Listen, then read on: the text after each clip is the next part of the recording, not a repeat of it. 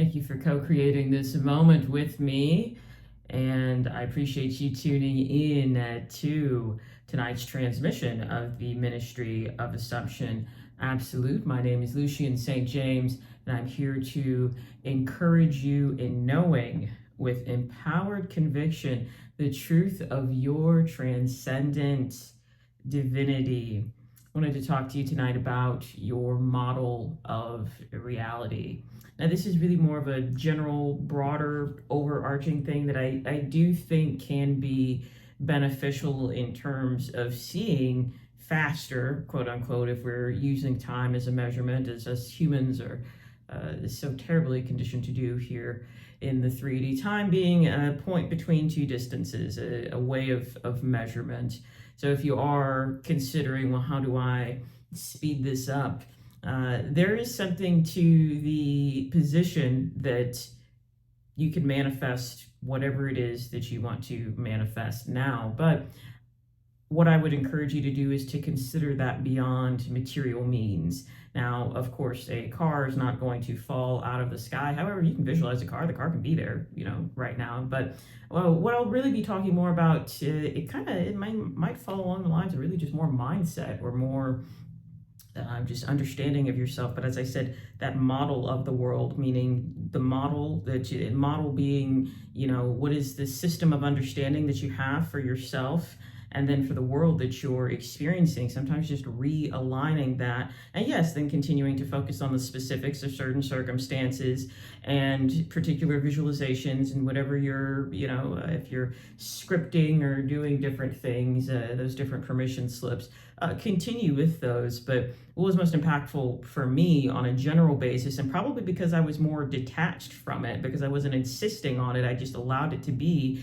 in this present moment, was my model of reality, leaving my childhood family environment and then going on to college and then on into my 20s after that, was really a model of life that affirmed life is something to endure and is not something to enjoy. And that was my model. So, then if you look at the series of belief systems that that came as a result of that model, then of course my reality was really not very positive. I don't like terms like positive and negative, but it wasn't a good time. It straight up wasn't a good time, because the belief systems that I had inherited from my childhood environment were more conducive to stress, to scarcity, to poverty, to anguish, to trauma. They were built of that, essentially. So then, I did have the idea that I want something more than this, but because my model of the world was life is something to be endured, I felt myself always clawing out of that endurance, like trying to rip pleasure out from the seams and put it inside me, trying to, efforting and creating these narratives of if-then scenarios, meaning that if I do this, then I'll get the joy, then I'll get the pleasure. If I go to college, then I'll get the degree, and the degree then will get me access to certain rooms, and then the certain rooms will give me access to a spouse, and then a spouse will give me access to, I don't know what was supposed to come after that, I guess like eternal bliss and joy and happiness, and I did all of those things, and I was still miserable. And I'm glad that I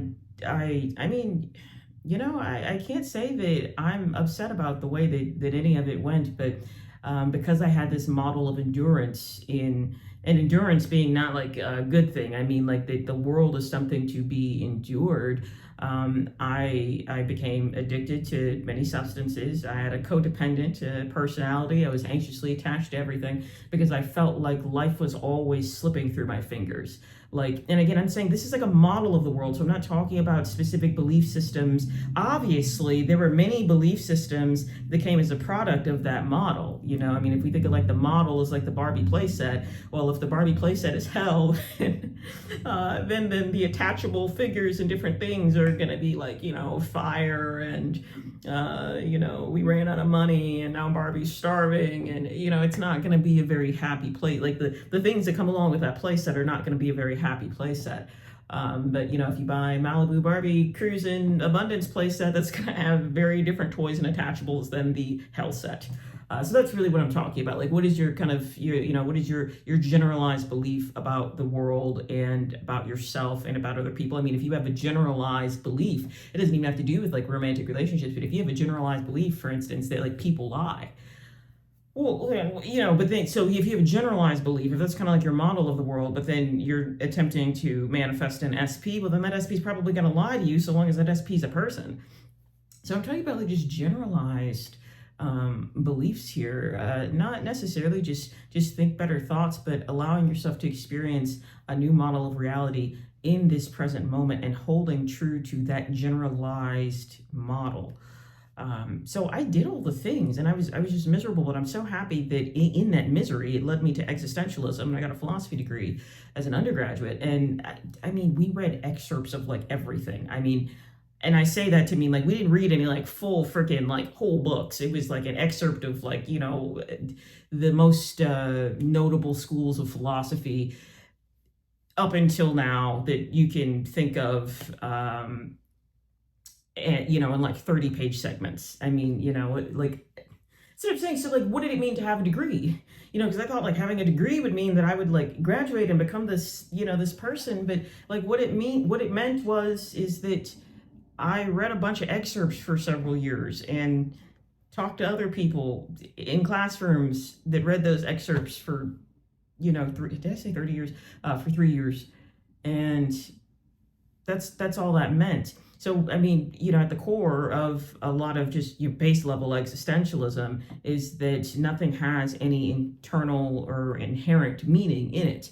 Meaning, I thought I was like going to go to college and like become then proud of myself and then stop hating myself and then maybe my family stuff would work out and everything would be okay. And like that didn't happen because like none of that, like I was mistaking at that point in time the circumstances as source, and this is what we typically do. And the farther away our circumstances get from our desires, or that just erotic surge of knowing and experience a possibility within, the farther our circumstances lead us away from that, the more we start to believe that it's not possible for us. But I had a model of reality that said I had to work very hard, that I had to strive, that I had to prove, that I had to effort, and that there really was no joy per se, but that maybe I could earn fragments of happiness and pieces. And again, none of this was conscious, but that maybe I could earn accolades, or I could earn different material possessions that would allow me the potential to show to other people, see, look how successful I am, and maybe that success then would make me happy. I mean, do you hear how far away all of that is from the self? And again, I did all of that, and it made me miserable. I married a very attractive woman, pretty much really just because she was attractive, and learned that that's not how you should measure. That's not how you should measure things, because I thought it's like an if-then statement, like, oh, if I get a hot wife, I'll be happy. No, that's not how that works. But then that doesn't then, lead us to the myth that, all beautiful people are miserable. No, I do think that beauty, this is just kind of off topic, but I do think that beauty becomes a stand-in for some of the higher personal virtues that we can have. Just because, like, I mean, if you're a beautiful person, you get away with more, and there might be a lower personal imperative to, like, quote unquote, do the right thing in certain places. And a lot of times what I've learned being around many beautiful people being just people that agree that they're attractive, fine, let's tie this into law of assumption really quick. The way to become a beautiful person is to start assuming you're a beautiful person and to stop waiting on permission. I mean, that's the thing about beautiful people, is that they don't, well, I won't say that. I won't, I'm not even gonna, I'm gonna cross that out. I was gonna say they don't they don't ask the world if they're beautiful, but that is totally wrong. But I would say authentically beautiful people don't, or authentically anything. Anything that's of authenticity does not wait for a consensus opinion. But if you want to be beautiful, if you want to be hot, if you want to be sexy, you want to be fire, you want to be flame, you just assume that you are, and you start doing things and acting in accordance with what you believe that to be. So again, then I have that model of the world, that I'm an attractive person, and that I'm going to get an attractive partner, wife, and then that'll make me happy. And it didn't, because that model of the world was an if then statement. Because in addition to that model of the world, I also then had the model of the world that I had to work and strive. So then, like, what type of person did I bring into my environment? One that was going to confirm that model of the world for me, which was going to end in my emotional dismay. Of course it was, because that was the model of the world that I had. Now, yes, there are specific belief systems. I imagine it like like if you're shopping at Hellmart. I'm having fun with these analogies tonight. There were certain items that I was buying, but what I'm talking about is the fact that you might be in a Hellmart. You might be in a place where, like, you can only buy things that are going to make you more miserable, meaning that the belief systems that you have are only going to coalesce with a larger scheme of life that you have that says, I have to work, I have to struggle, things have to be hard, people don't like me, I have to be a certain way in order to be accepted a certain way. Whatever it is that might be, that you feel that love and happiness and peace and joy are externalized and are outside of you. So that's the consideration for tonight, is what is your model of the world? And a more practical application for tonight. Well, okay, no, I'm gonna throw this in. So oh gosh, I was reading, I'm going to edit this out if it's not correct. I think it was Mark 10, where the Pharisees are like, Jesus, what's your problem? Why are you walking around saying you're, the Son of God? I take a more narrative and metaphysical approach to the Bible. My last video that I posted about that had, scriptural references in it. A bunch of Christians got on there and got mad, and it's like, I'm not talking to you. I'm certainly not talking to you. If you want to pray to a man in the sky, I'm not going to tell you that's wrong. I'm not here to tell anybody anything's wrong with what they're doing. Again, I said I'm here to encourage you in knowing with empowered conviction the truth of your transcendent divinity. And if my lessons, my lectures, my transmissions, my sermons, if they don't lead you to that, then, like, don't watch them. Or, like, I think that's so interesting. Like, I can't imagine, like, why you would watch something you hate just to criticize it. Because, like, that would make me feel like shit. Like, when I like, the news, I don't watch the news because it makes me feel like shit. And then there's, all the race politics and all the social this and that and the other, and who said this, and it just doesn't make me feel very good. So I don't watch that. But I guess if I don't know why you'd be on this channel. I guess the word ministry is a bit misleading. I think it's cool. I like the way it sounds. It means service. But, like, if you're Christian, I'm not talking to you, because you're, there's, chubby Pastor Bill up there, and he's telling you what he experienced 30 years ago in seminary, and then you're sitting there taking notes about what Pastor Bill has to say, and calling that your truth. Fine. I'm not here to criticize that. I don't care. I don't care. Follow who you want to. So, I guess I need to start throwing that disclaimer out there, that it's like, I'm not talking to people that subscribe to organized religion, because you're just going to be pissed watching this. So anyway, with that, I take a more narrative and more metaphysical approach to interpreting the Bible. And again, it's an interpretation, meaning it is per my personal viewpoints. So again, it's just like, if it hits something, if it makes sense to you, cool. If it doesn't, also cool. That's fine. I think it was Mark 10. And the Pharisees are, they're antagonizing Jesus again. And they're like, basically, prove it to us, and he's like, I have proved it to you over and over again. If you know my works, then you would know the Father, that I am of the Father, and the Father is of me, and I view the Father as, like, source consciousness, or, just the infinite, the all. I don't view it as, like, this, like, masculine, pissed off guy waiting to smite everyone sitting on a hill. That's not what I believe, because I believe the truth is within, and that we're all within, and that, tonight's message is, about the field that you're creating, or the model of reality that you have. And that, but anyway, taking it back to Mark 10, I believe, I really hope that's correct. But they get, they're like, hey, we're not down with this. This is not cool for us. and they start picking up stones. It gets like really aggressive, like really quickly. And then like Jesus is like, so which of the good works are you gonna stone me for? Like, what have I done that's so terrible? And they're like, we're not stoning you for any good works. We're stoning you because you claim to be the Son of God. And then he quotes back at them. I think it's like Psalm 82. That it says, haven't I told you that you are gods?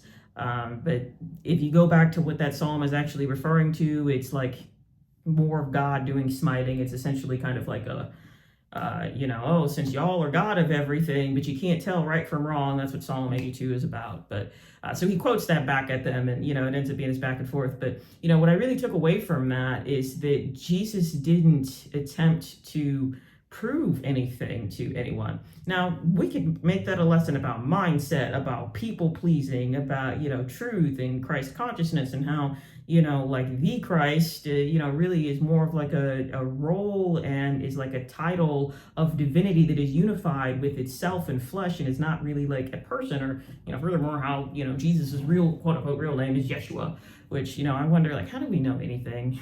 How do we know? Like, how do we know? How do we know it wasn't something more even unpronounceable than that, Yeshua? But what I took from that is, if we just look at, Jesus or Yeshua, as just this embodiment of total and full truth, of God, of presence in the moment, of source consciousness that is unified with itself in this material realm, and the truth of that being embodied in its own evidence. If we look at it that way, that doesn't need to prove itself. So I'm not talking about like, okay, then there's like a person and a man, and then he's like having this back and forth, but looking at it more from a metaphysical standpoint, a more narrative standpoint, that like the truth stands and the truth is, and that truth is the divinity of you in yourself, is like you experiencing yourself as God in this present moment, or at least as an individualized expression. I always say that, of God. You are the God of your relative field of experience. Because you are an expression of that source. So that doesn't need to defend itself against anything. Meaning, how does it translate? I don't even mean against like arguments or different things. I mean, so taking this back to the model of the world, what's your model then of the world? If you want to have a model, most of what we want to manifest has to do with peace, has to do with abundance of time, abundance of money, abundance being plenty of enough of whatever it is that you might desire. Peace, abundance, joy, a sense of wholeness, a sense of completion, a sense of doneness.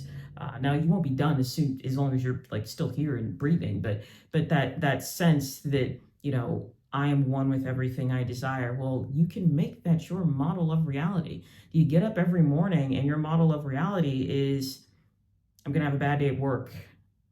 I'm gonna have back pain by 3 p.m. and I'm gonna have to take an Advil. I don't know what I'm gonna eat for dinner. Now I'm looking at the bank account. Okay, now the bank account is determining what I'm going to eat for dinner. And then you're getting text messages about, your cousin who's wilding again and needs to be, picked up from somewhere, and you have to decide if you're going to take on that side mission or not. Or, your second ex-best friend who you decided to let in again, even though you knew you probably shouldn't have, and she's calling you because her boyfriend broke up with her again, and this is why this keeps happening. Like, all of that is a model of reality that says life is stressful. What if you just started assuming right here in this present moment that life is easy for me? Life is joyful. I'm grateful. I'm so grateful. I'm so grateful for everything that I've been given, everything I have, everything that I will see come to pass. And I love my life. I'm not saying try to override negative thoughts or convince yourself of stuff that you know is not true. And I know that there's 3D circumstances that might be suggesting the opposite. And that's my point with that scripture, is that the truth just is. What if you made it your new truth that I just fucking enjoy life? You might fall out of that, that's fine. But like, what if you started making that a new model? Then yes, your belief says, if you are somebody of the power of your I am, because that's all that matters. It's the power of your declaration, the power of your assumption as absolute. That's the name. That's the name. What if you started declaring that My new model of reality is one where I experience joy and contentedness.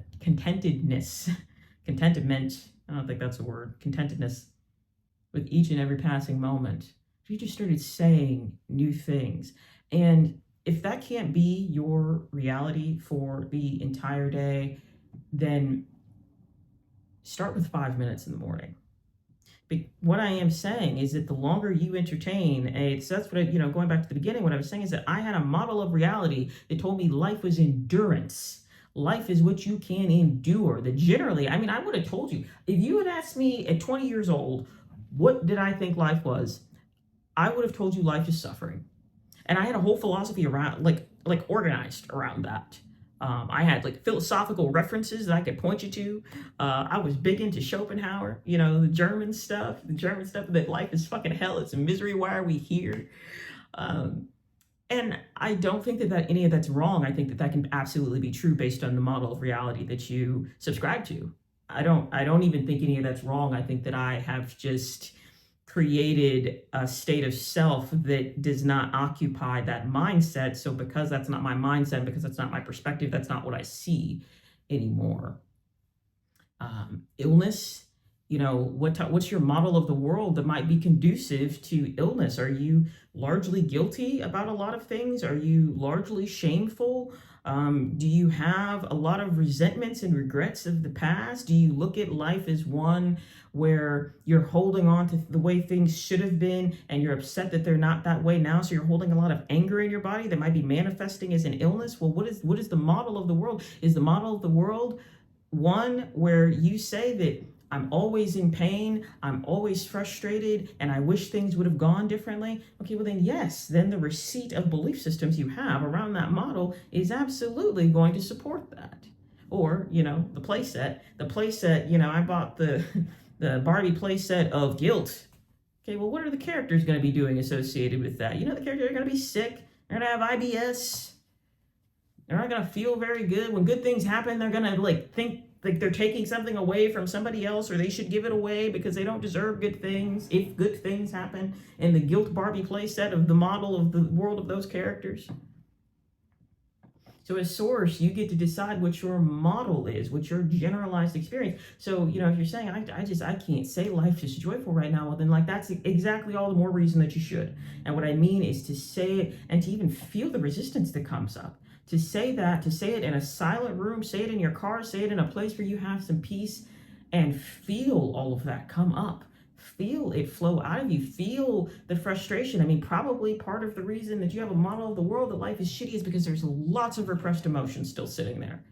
Lots of things you've been hanging on to, lots of belief systems that you feel must be the case because they keep happening, and they keep happening because you keep assigning them. And the more that you assign them, the more that they will materialize. So you can create a new model of the world right here, right now, and sit with that and experience that. What would it feel like? Just play pretend. What would it feel like to be grateful for things? To say that what I have is enough. Thank God I have food, water, clothing. I'm not saying just be grateful for the bare minimums in the rest of your life, for the rest of your life. That's not what I'm saying. But if even right now, if you can think, well, I don't have a relationship. Well, I don't have the finances that I want. Well, I don't have the job that I want. Well, okay, well, your model of the world then is I don't have what I want. So then, yes, then there's a laundry list of belief systems that are attached to that. So this is maybe an easier way, maybe kind of a shortcut. It's not intended to add this new level of things you have to, I gotta watch my thoughts and I gotta watch my feelings and oh God, now there's a model of the world. I'm saying this really almost is kind of like a shortcut of that. It's do you have a model of the world that life is easy? Do you have a model of the world that says I get to enjoy myself?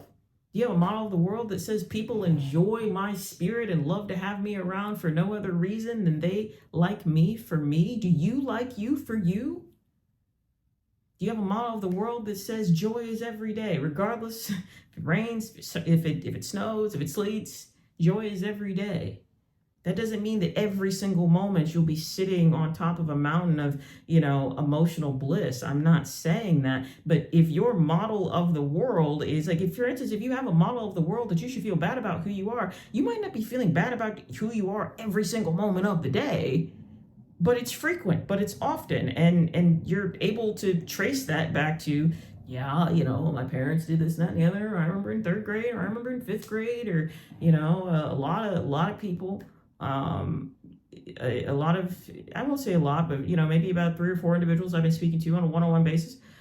Religious guilt has been coming up in my, wonder why, in my field of in one-on-one practice. I feel bad because I was Catholic and they just taught us to feel bad about everything. So now everything, that's what I'm saying, that then gives you a lens, a model of the world where everything is something to feel guilty about. It doesn't matter. You win $20, feel good about it. You lost $20, well, you shame God, feel bad about it. I mean, so we're looking at like, what's your model of the world? Do you want to feel abundance?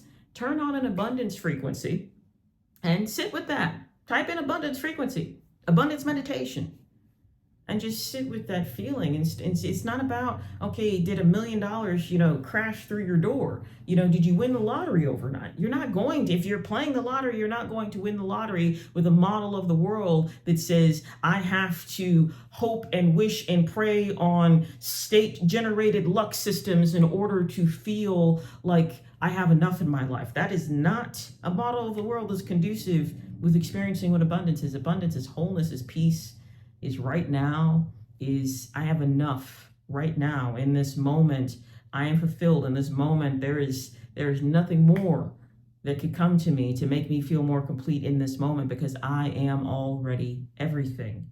You are the all that is. You are God. You are source. You are the energetic origin point of all of your experiences.